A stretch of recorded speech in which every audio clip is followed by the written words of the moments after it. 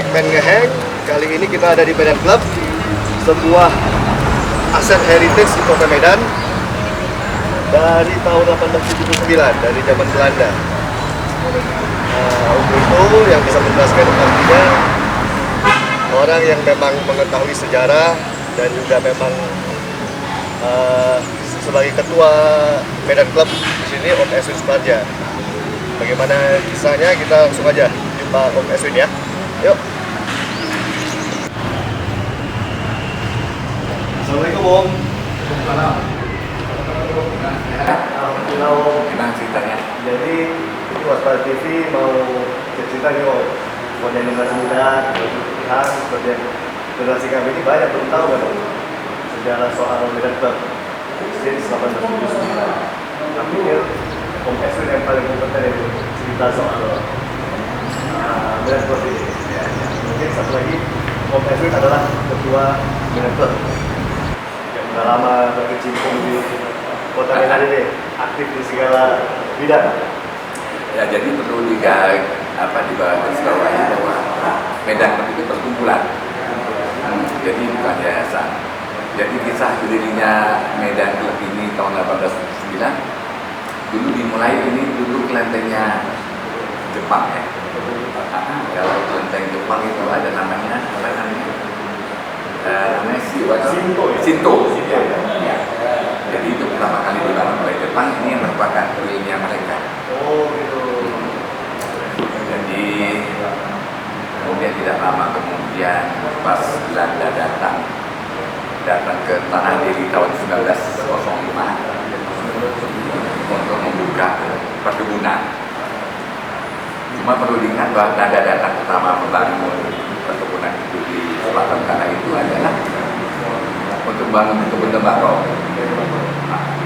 Baru kemudian beranak-anak muncullah perkebunan kelapa sawit.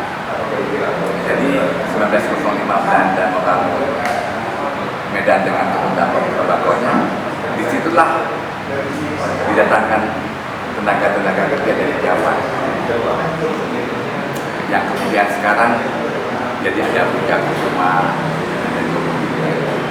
namanya Jaden.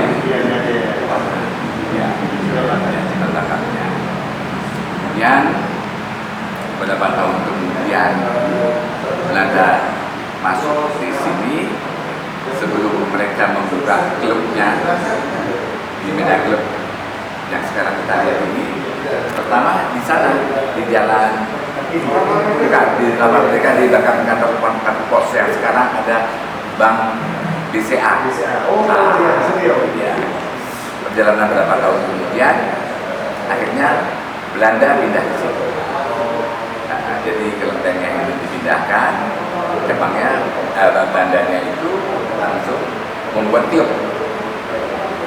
Membuat klub, pengusaha Belanda yang membangun perkebunan tembakau tadi.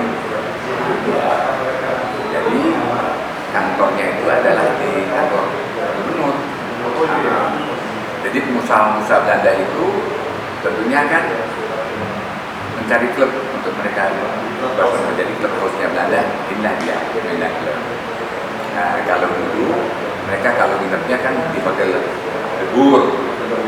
Nah, dan ada lagi yang sekarang sudah dibangun jadi Bank Mandiri. Nah, saya lupa namanya hotel apa itu. Tapi itulah dia kisahnya. Di Granada. Jadi memang terus kemudian mereka buat klub di sini. Dulu di sini ada lapangan golfnya juga.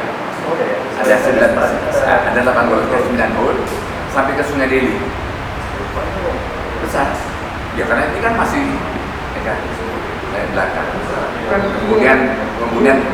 Kemudian perpindahan masuknya Republik ke sini, itu tanah mulai diambil. Sehingga lapangan golfnya udah nggak ada lagi, yang masih ada ini aja. Nah, tenis dan area Medan Club yang kurang lebih sekarang luasnya dulu 1,5 hektar lebih, sekarang sisa 1,4 sekian, karena 1000 meter diambil oleh kantor gubernur untuk perluasan samping, itu dia misalnya. Itu waktu masuk kan dia kok 6 rasa kalau untuk dari aset Kota Medan ini yang paling tua. Yang paling tua.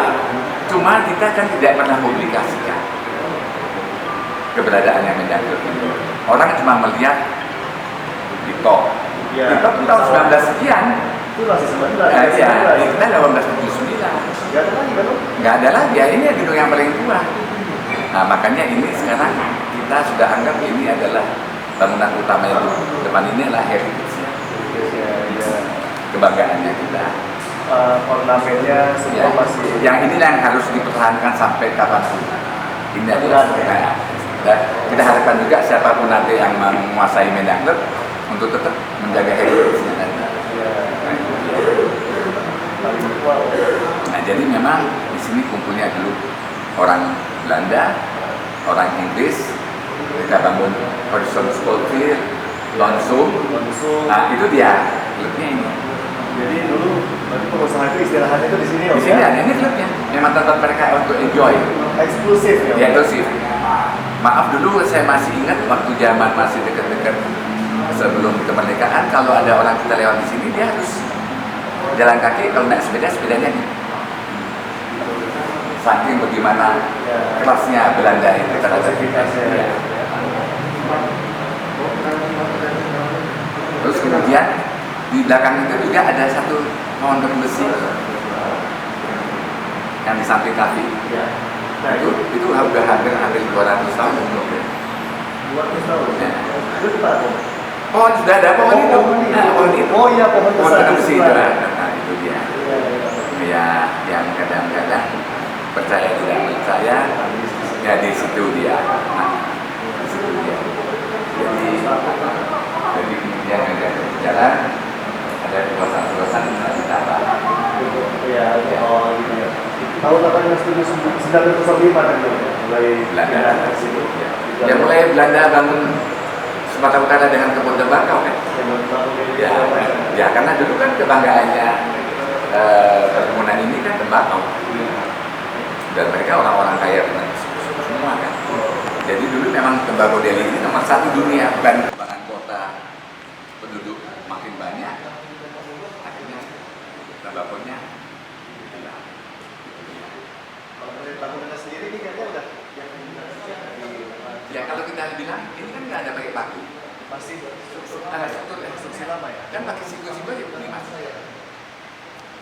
Itu udah ada sebelum Belanda masuk kan? Iya sudah ada. Dan seperti ini. Iya tetap. Ini yang bisa ini. Ya silakan kalau lebih bagus kita ke dalam. Ayo. Supaya lebih santai. Ya tadi sebelumnya terima kasih lah mau mewawancarain. Nah kita udah sampai di ruangan member nih. Ini ruangan member ya, Ya. khusus VIP ya. Jadi biasanya itu pertemuan apa aja yang ada di sini, Om? Ya biasanya kalau anggota-anggota Medan Club bertemu dengan tamu-tamunya ya, mungkin ini dibilang seperti setengah kamar ya. Iya. Jadi ruangannya khusus ya. Tertutup ya, Om? Tertutup. Terus kemudian saya ingin menceritakan bagaimana kisahnya perjalanan Medan Club ini yang dulu memang semua nominasinya ini adalah orang-orang asing, Belanda dan Inggris. Kisahnya mereka yang membangun kebun di Sumatera Utara. Iya. Ada PTPN atau itu Lonsum, ada Horizon Schofield. Iya. Dan memang dulu ini didominasi oleh orang-orang asing anggotanya. Orang-orang pribumi yang boleh masuk di sini orang-orang yang berbau bangsawan. Maaf, saya juga masih ingat bahwa dulu juga anggota Medan Club ini ada Sultan Delhi. Sultan Delhi. Jadi memang orang-orang pilihan-pilihan yang boleh di sini masuk. Perjalanan waktu itu terus kemudian akhirnya berjalan membaurlah orang-orang pribumi dengan mereka, berjalan terus sampai akhirnya peralihanlah pimpinan Medan Club ini kepada pribumi. Di awal abad 19 berarti, Om ya? Ya. 19. Jadi udah itu peralihannya di tahun 50-an ya. 50-an. 50-an. 1950-an. Setelah merdeka ya, Om? Setelah merdeka. Itu dulu kemudian itu masih Belanda. Kemudian berjalan tahun 60-an itu kemudian dipilihlah satu anggota yang pribumi namanya Dr. Hidayat. Dokter Hidayat. Dr. Hidayat. Berjalan beberapa tahun, kemudian masuklah ayah saya sebagai ketuanya. Oh. Nah, memang posisinya, mekanismenya Medan Club ini, masa bakti kepengurusan itu pakai periodisasi. 5 tahun dong. Nah, dulu cuma 3 tahun. Awalnya 3 tahun. Berjalan, ayah saya ketua, Dr. Hidayat ketua, ayah saya teruskan. Kemudian ada masih berapa pimpinan-pimpinan, ayah saya sampai 2 atau 3 periode ya. Nama almarhum Om?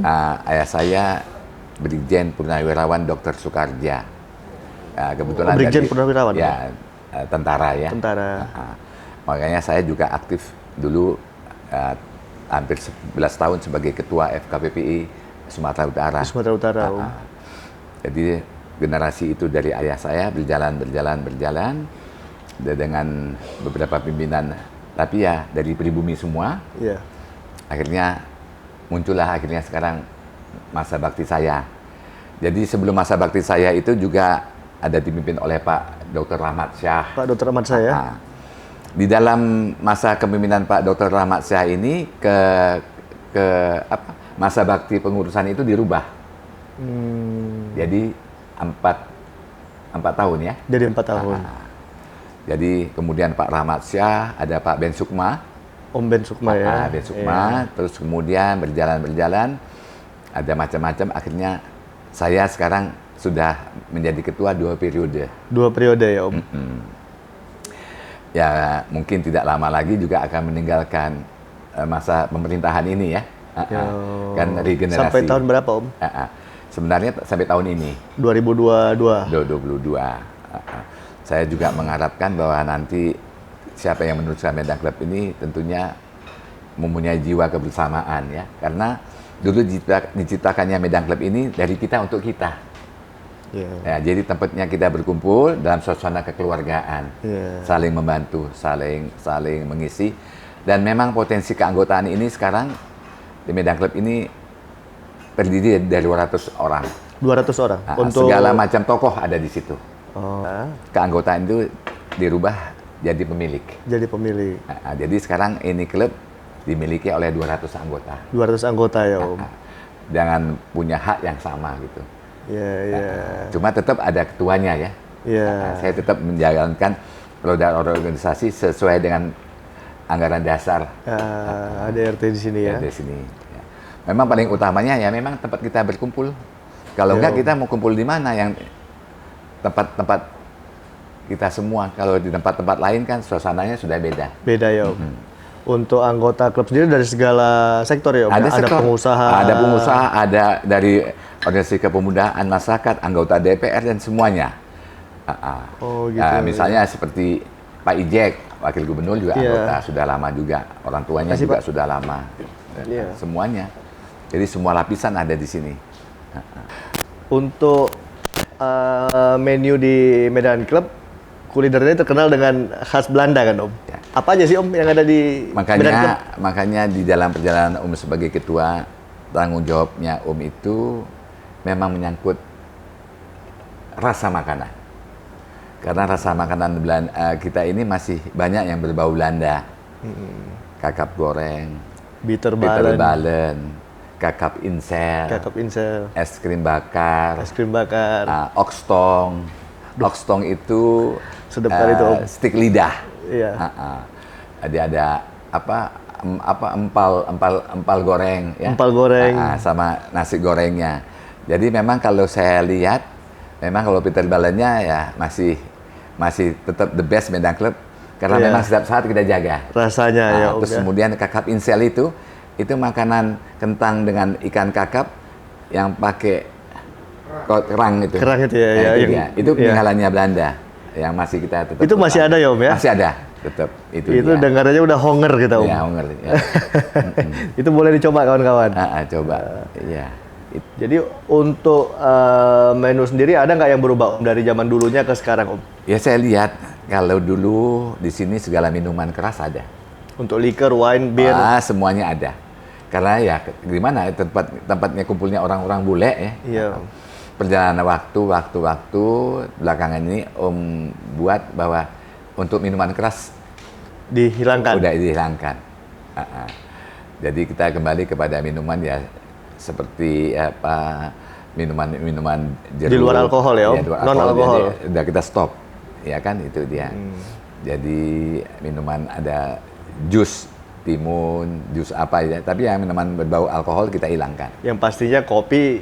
Nah, kalau kopi tetap ada. Karena kebetulan Medan Club kan juga di sebelah itu ada kerjasama dengan namanya Moskot. Oh iya, kafe ya Om ya? Cafe Moskot, itu dia. Iya, Ya. iya. Jadi itu dia. Jadi secara nggak langsung jadi tempat sumber informasi. Kumpulnya pas meeting point di sini. Iya. Jadi ya tetap di sini, kalau nggak ada di sini lagi kita kemana mau ketemu kan? Itu dia. Iya, Om. Dan kebetulan lapangan parkirnya juga besar kan? Iya. Itu dia. Itu dia. Iya. Apalagi ini kan heritage ya Om. Iya, itu Yang harus- tertua pula. Ya, makanya saya tetap mempertahankan heritage ini keberadaannya karena ini termasuk gedung yang paling tua. Saya pun kalau ini nggak dipertahankan, saya juga berdosa yang sama para pendahulu ya. Pendahulu ya Om. Iya, iya. Ya. Kalau saya ada dengar kemarin pemerintah mau mengelola itu area itu yang mana? Om? Iya. Gimana itu Om ceritanya Om? Jadi keberadaan Medan Club ini juga kita berdampingan dengan kantor gubernur. Iya. Memang dalam aturan itu kalau memang pemerintah berkepentingan dalam rangka kepentingannya mereka seperti ini Pak Edi Rahmayadi berminat untuk memperluas kantor gubernur. Oh ya. Ah, Kan belakang-belakangan nih Om ya ya, posisinya. ya? ya, sedang dalam taraf pembicaraan, tapi dengan syarat utama bagi saya adalah heritage-nya ini harus dipertahankan. Heritage ya. Ah. Itu di bangunan yang kita Ya, sekarang yang ini ada Om ya. sini, ya. Dan itu ada kesepakatan dengan Pemprov, CQ Pak Edi Rahmayadi. Itu tidak diganggu. Tidak diganggu, dan tentunya nanti Medan Club akan muncul dengan bangunan baru ya, New Medan Club. Kita lagi mempersiapkan tempatnya. Ya. Nah, jadi Medan Club ini tetap berkesinambungan. Kalau boleh tahu Om, apa aja Om bangunannya itu fungsinya apa aja yang baru nanti rencananya Om? Semuanya komplit. Nah, saya harapkan saya juga bisa kerjasama dengan konglomerat. Ya. Di situ ada nanti rencananya ada mall, ada hotel, dan semuanya yang terkait seperti kota kecil. Ya, jadi investor lah nanti yang udah ada Om Sudah. perencanaan ya. Dan saya juga bangga yang akan kerjasama dengan saya ini juga Pribumi. Pribumi Om ya. Pribumi ini orang kaya Indonesia juga, yang hebatnya orang Medan. Ya, itu yang penting ya. Itu Om. yang penting, orang Medan yang mau juga membangun daerahnya. Iya. Dia terpanggil untuk membesarkan Medan, ya mungkin masuknya mulai kerjasama dengan Medan Club. Iya, Om. Jadi, Pastinya kan, jadi iya. nanti Medan Club itu hanya mencari lahannya. Iya. Nanti dia yang akan sentuh, dia akan bangun itu semuanya, termasuk convention hall-nya dan semuanya komplit. Di situ dia. Kayaknya kalau memang orang Medan sendiri, artinya kan rasa memiliki kan pasti kan lebih Ya, ya, Om. dan rasa kebanggaan saya ada, Betul Om ya. bukan siapa-siapa. Iya. Ya ada istilahnya membangun kampung sendiri ya, Iya. ya kan. Jadi memang tidak mudah, tapi insya Allah Tuhan memberkati. Saya sudah ada kesepakatan dengan beliau bahwa dia siap untuk bekerja sama dengan Medan Club. Iya Om. Jadi memang mungkin untuk anak-anak muda sekarang ini masih image itu eksklusif itu masih melekat. Jadi artinya banyak yang segan nih Om. Iya. Sebenarnya kan enggak, ini sebenarnya Ya. bebas untuk umum gitu ya Om. Nah, jadi sebenarnya kita terpangku terkait dengan anggaran dasar Medan Club Oh gitu. karena only for member. Only for Nah, member. tapi di balik itu ada satu klausel yang mengatakan bahwa anggota bisa merekomendasikan masyarakat biasa untuk bisa membuat acara di sini. Kalau ada yang merekom, ya. Iya. Oh gitu Nah, ya. jadi itu jadi tidak tertutup. Kalau dulu yang lalu itu sangat ketat, nggak bisa. Pokoknya kalau dia masih warga Medan dia nggak bisa, tetap Iya. harus anggota. Harus anggota. Sesuai dengan judulnya only for members. Only for members ya. Iya, Iya Om. itu. Jadi sekarang eksklusifan itu saya mulai rubah karena dengan kemajuan zaman, Iya. siapa yang direkomendasi oleh anggota kita terima untuk membuat kegiatan di Buat sini. kegiatan ya Om. Ya Om. Karena kan untuk anak-anak muda, apalagi yang generasi saya ke bawah, Saya pikir perlu tahu kan Om, Iya, harus perlu, ya. ikut menjadi merasa memiliki, Ya, karena ini ya, heritage Kota betul, Medan betul. gitu ya Om. Ya seperti sekarang saya kerjasama ya, Iya Om. sama Waspada. Iya Om. Kalau dulu nggak bisa dimungkinkan. Iya Om. Ada orang luar masuk gitu ya. Oh gitu, ya. Memang sangat eksklusif. Ini di masa Om Ya, ada modifikasi. ada lebih Fleksibel lunak, gitu ya. Karena kita ini hidupnya bermasyarakat, jadi Iya. apapun namanya masyarakat sekeliling itu harus kita terima kan gitu. Iya. Itu yang perlu diketahui. Ya di sini juga banyak juga anggota-anggota lama, termasuk itu yang sekarang selalu kita bicarakan, ada rumah Hecong Afi. Di sini Om ya. Nah, Sering di sini. cucunya juga anggota di sini kan. Member di sini Om ya. Cuma memang Cucu ya berarti Om. cucunya. Dulu juga Sultan Delhi saya masih ingat dulu juga di sini. Jadi makanya di dalam perjalanan waktu itu sekarang suasananya sudah berbeda, walaupun yang orang suka lihat Medan Club tahunya image-nya rumah Chong Afi. Kesawan. Tip top. Nggak pernah kan? Iya, nggak dari pernah. sini. Iya, Karena Om. kita memang tidak pernah mempromosikan. Iya. Nah, ini dia. Om boleh cerita sedikit nggak Om? Om kan memang orang Medan asli. Dulunya Om sendiri kayak mana sih? Ada nggak pengalaman-pengalaman khusus Om di Medan Club ini Om? Om, Dari Om waktu masih udah kecil, ada ini, kan? Papa Om udah di sini.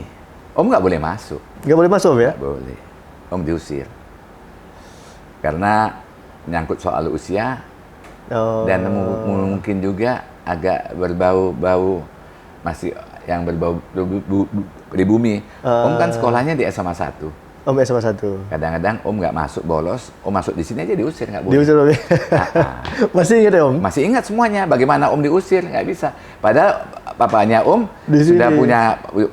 punya kedudukan di sini. Iya Om. Tapi itulah aturan dulu itu, tidak mengenal siapapun. Kalau aturan. Tidak bisa dilanggar oleh siapapun. Iya. Cuma sekarang kan ada aturan, tapi kalau kita dekat sama yang punya pegang kekuasaan, Oh, bisa iya. ya. Kan itu. Jadi Gitu ya, Om. alamnya beda kan. Iya, iya. Jadi Om masih terikat dengan masa-masa lalu, kalau tidak bisa ya tidak bisa kan gitu. Iya Om. Sekarang kan tidak bisa, tapi dilihat dulu gimana. Iya Om. Bisa ditawar ya kan, itu dia. Tadi yang dengar Om juga pernah aktif di, boleh tahu nih kegiatan Om apa aja Om? Dulu Om pernah di FKPPI ya Om ya? Om pernah di HIPMI. Di HIPMI. Om pernah di FKPPI, Om juga aktif di Golkar. Di Golkar Om. Om pernah menjadi anggota DPRD 2 periode. Memang Om lakukan itu melalui jaringan Om, melalui organisasi, ya, sehingga Om bisa terpilih jadi anggota DPR. Ya. Cuma memang zamannya Om kalau menjadi anggota DPR itu ada kriteria. Jadi nggak bisa sembarangan. Jadi ada apa, peraturan dari partai yang harus kita lalui. Kalau sekarang kan tidak terlalu Lebih ketat, longgar ya, lebih Om. longgar. Supaya mendapatkan kader yang handal. Tahun berapa Om dulu? Om tahun 92 sampai 2002. 92 ya? Sampai Itu 2002. fraksi Golkar Om? Saya di fraksi Golkar. Jadi dalam perjalanannya Om termasuk juga senior di Partai Golkar, ya Om. Sudah berapa puluh tahun Om dari mulai bawah naik. Jadi makanya pengalaman itu yang membuat Om jadi pinter. Ya Om. Banyak pengalaman ya Om. Ya, dari mulai Om nggak bisa bicara, nggak bisa pidato, sampai Om jadi pinter. Itu dia. Memang pengalaman itu yang membuat kita jadi. Om berapa bersaudara Om? Saya ada 5 bersaudara. Berlima. 3 laki-laki, 2 wanita. Jadi dulu keluarganya Om semua anggota DPR. Abang Om yang paling besar, Abang Om nomor 2, Om. Jadi kita semuanya dulu keluarga politik juga. Tadi dari jaringan yang berbeda-beda gitu. Iya. Jadi dengan kemampuan masing-masing. Dulu Abang Om juga anggota DPR pusat, 2 orang di Jakarta ya. Om di sini. Karena Om dari dulu memang nggak pernah mau pindah. Tetap maunya di Medan aja kan gitu. Iya, Om. Rasanya sedih kalau ninggalin Medan. Cuma Om, ya makanya Om juga akhirnya karena di Medan aja dapat jodohnya juga Di Medan. Di Medan ya kan, itu dia. Iya. Jadi yang terlibat di Medan Club dari ayah dulu ya Om yang di sini ya? Nah, terus abang saya pernah di sini tapi tidak pernah jadi pengurus. Saya ikut dari mulai bawah kepala bidang, akhirnya wakil ketua, akhirnya jadi ketua. Memang dalam perjalanan organisasi memang sebaiknya jangan cepat jadi ketua. Kalau ketua itu cepat diganti kan, kalau wakil ketua bisa sepanjang umur kan. Oh gitu. Betul kan? Betul kan? Betul kan? Iya betul Om. Betul. Kalau ketua itu selalu diganti ya, tapi kalau wakil ketua dia lengket aja di situ, naik berapa tahun jalan terus saja. Karena wakil ketua itu nggak ada batasannya, yang ada batasannya ketua kan gitu ya. Ini cerita lucunya ya. Jadi Kisah-kisahnya. kalau goal Om itu apa sebenarnya Om untuk Medan Club ini, harapan Om untuk ke depan ini kan masa periode Om sebentar lagi kan berganti nih Om. Tentunya Om ada harapan nih Om. Bukan maksudnya kalau Om tetap di member juga ya tetap bisa mengambil ini Om ya peran, tapi apa harapan Om gitu? Harapannya saya ingin mendapatkan pemimpin yang memang punya opsi lebih mendahulukan kepentingan orang banyak, kebersamaan, kekeluargaan, sesuai dengan wadahnya Medan Club dari kita untuk kita. Memang nggak mudah untuk itu, untuk lebih bertanggung jawab bagaimana membawa Medan Club lebih besar ya, itu dia. Memang mencari potensi pemimpin itu memang bukan mudah. Kita harapkan bahwa nanti pengganti saya juga punya opsi yang seperti itu, bertanggung jawab untuk membesarkan Medan Club, ya kan? Itu dengan motonya Medan Club dari kita untuk kita, itu dia. Ya. Jadi gitu mungkin untuk anak-anak muda sekarang ya tidak tertutup kemungkinan ya Om ya untuk buat kegiatan di Medan Club ya. Ya karena Om waktu masa mudanya Om dah lalui, walaupun ayah Om termasuk petinggi di daerah ini, tapi Om juga mulai bersosialisasi ke masyarakat itu. Om kebetulan punya radio pemancar. Oh, sampai sekarang Om? Tapi sekarang pemancarnya, radionya itu sudah bubar. Tapi masa-masanya waktu Om memegang radio itu, Om sangat dominan di Sumatera Utara, di Medan. Hang pernah dengar itu Om. Jadi Bonsita ya Om? Bonsita. Jadi masih bisa hitung, memang itu tempatnya kalangan anak-anak muda. Masa itu ya? Memang Itu suasana. tahun berapa Om? Tahun berapa dulu? 70-an? 70. 70 ya Om? Ada beberapa belas tahun. Memang suasana dulu berteman di Medan ini beda dengan sekarang. Kalau dulu kita saling kenal dan saling mengetahui dan saling menghargai dan saling membantu. Kebersamaannya itu tinggi semuanya. Jadi ya memang Om juga udah pernah merasakan kalau dulu masanya Om, karena radionya Om paling top, jadi orang top ya. Walaupun tidak populer ya Om? Populer ya, kalau orang di kalangan muda karena kita penggerak. Masih Om ingat lagi bagaimana kita menciptakan kebersamaan untuk di masyarakat melalui olahraga. Terus Om menciptakan main bola wanita. Dan Om tahu, masih ingat itu kerjasama dengan Koran Waspada. Oh iya Om ya? Itu di 70-an masih ya? Masih ada Om Papa Finfin. Oh iya. Udah almarhum kan Om Papa Finfin ya. Disitulah dia yang kasih ide, Om yang jalankan. Berita itu semuanya masuknya tetap mingguan di Waspada. Mingguan Waspada. Dulu ada mingguannya Waspada. Siaran ya? minggu. Ya, suara minggu kan. Siaran minggu Waspada SMW. Iya Om. Itu dia. Jadi memang Bonsita ya Om ya? Ya Bonsita. Memang suasana itu dulu memang persahabatan itu indah sekali. Itu barangkali pesan buat anak muda juga kali Om? Ya. Sekarang khususnya Kota Medan? Ya, sekarang kan siapa lu siapa gua, kalau kita dulu kan enggak. Kebersamaannya sama, saling kenal, saling bersilaturahmi, saling membantu, nggak pernah ribut-ribut, ya kan? Ada blok sana, blok sini nggak ada, semuanya kita dekatkan melalui radio ini kan, itu dia. Itu ya, kesan-kesannya Om. Ada pesan khusus lain Om yang mau disampaikan sama kawan-kawan Om? Ya pesannya ya semoga kita semuanya selalu diberikan Tuhan kesehatan, dilapangkan jalannya rezekinya, ya kan? Amin. Terus membuat sesuatu untuk kepentingan orang banyak. Itu aja pesannya Om. Itu ya Om ya. Terima kasih banyak Om udah bercerita soal pengalamannya, soal Medan Club. Tentunya ini banyak yang bisa diambil dari percakapan tadi, khususnya sejarah, bagian dari sejarah Kota Medan. Iya. Semoga Om sehat selalu dan Iya, keluarga. amin. Semoga Medan Club tetap sukses. Iya. Dan nanti bisa berjalan seperti yang Om harapkan. Iya. Kita juga semua berharap begitu, Om. Amin. Amin. Iya. Mungkin gitu aja kawan-kawan cerita kita dengan Om Eswin. Sampai jumpa di segmen berikutnya, di segmen yang lain. Assalamualaikum. Waalaikumsalam. Bye-bye. Assalamualaikum. Nama saya Norman, usia udah 68 tahun, bekerja selama sini selama 48 tahun. Jadi mulai masuk kerja tahun 73, diangkat jadi pegawai tahun 74. Pertama-tama saya kerja di bowling, belakang bersihkan bowling kegel itu. Sampai sekarang lah gitu.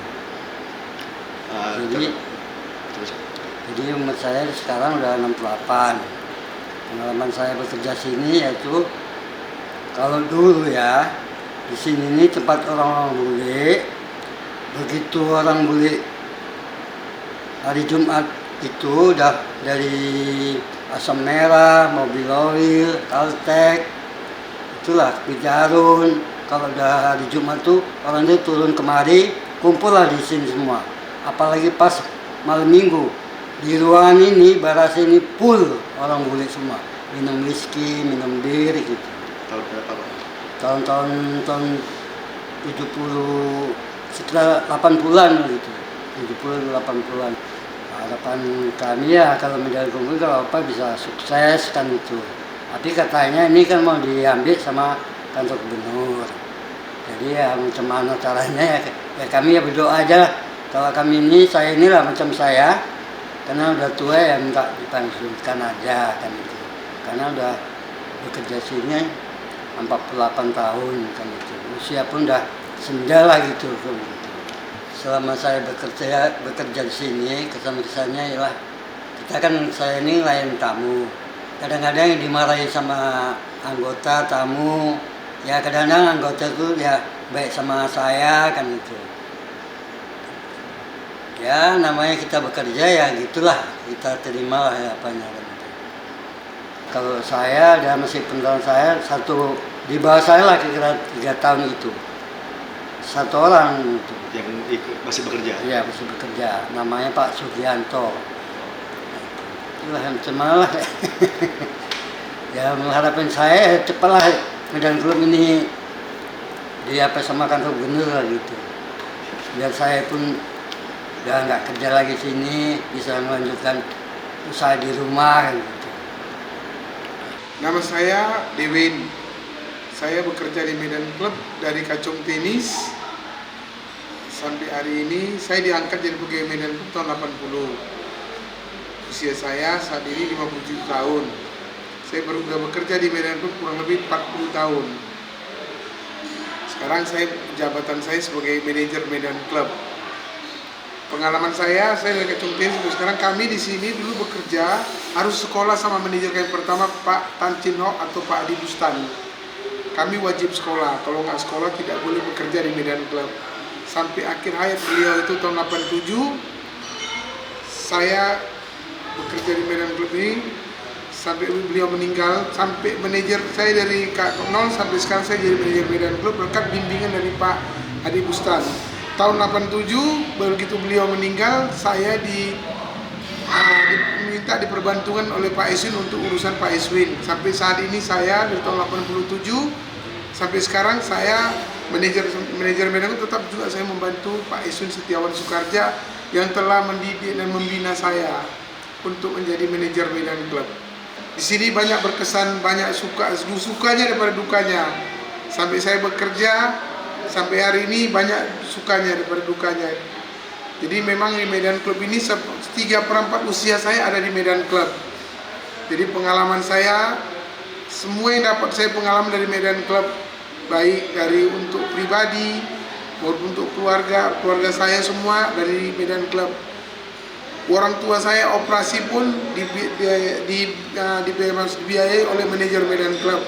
Sampai saya operasi masuk rumah sakit juga semua dibiayai sama pengurus Medan Club, sama klub lah yang membina dan klub ini yang membina dan membesarkan saya di Medan Club ini. Harapan saya ke depan nanti pengurus yang akan datang, Medan Club lebih maju dan lebih jaya. Harapan saya ke depan nanti apabila Medan Club dikelola sama pemerintah Provinsi Sumatera Utara, supaya Medan Club yang ke depan dapat luas halamannya bisa dibangun, ada mall, ada hotel, dan perlengkapan semua fasilitas yang ada di Medan Club yang baru atau Neo Medan Club.